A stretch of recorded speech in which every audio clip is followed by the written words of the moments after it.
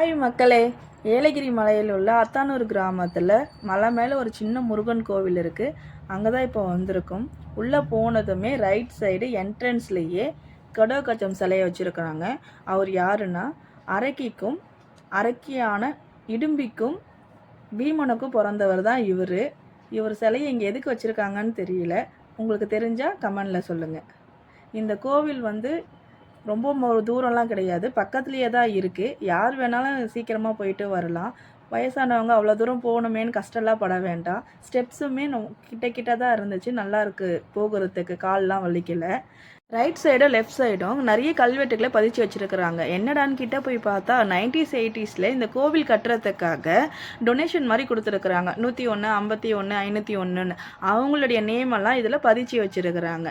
இந்த காலத்தில் அதெல்லாம் நம்மளுக்கு பெரிய விஷயமா இருக்காது. அந்த காலத்தில் 101, 51ன்றது எவ்வளோ பெரிய விஷயம். அதனால் அவங்க நேமெல்லாம் இதில் இருக்கணும்னு சொல்லி பதிச்சு வச்சுருக்காங்க. ஸ்டெப்ஸ் ஏறி முடிச்சிட்டோம். ஏறி முடித்ததும் ஃபஸ்ட்டு நம்ம பார்க்க வேண்டியது பிள்ளையாரப்பாவை தான். அவர் தான் முதற் கடவுள். அவரை பார்த்துட்டு அதுக்கப்புறமா தான் நம்ம முருகரையே பார்க்க போகணும்.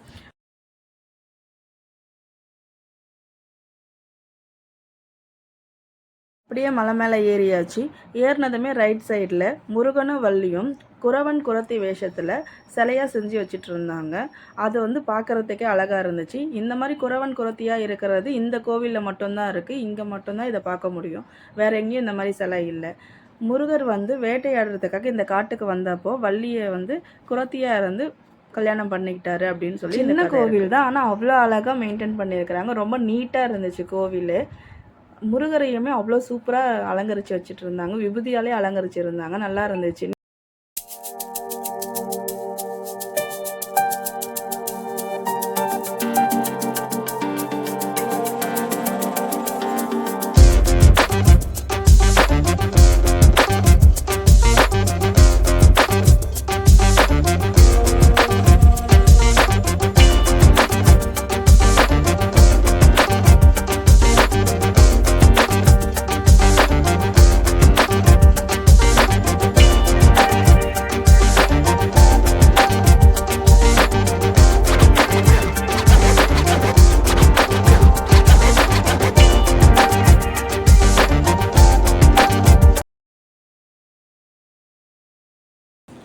சாமியை பார்த்துட்டு அப்படியே ஃபுல்லாக வியூஸ் எல்லாம் நின்று கொஞ்சம் நல்லா டைம் ஸ்பெண்ட் பண்ணிவிட்டு நாங்களும் அப்படியே வீட்டுக்கு கிளம்பிட்டோம்.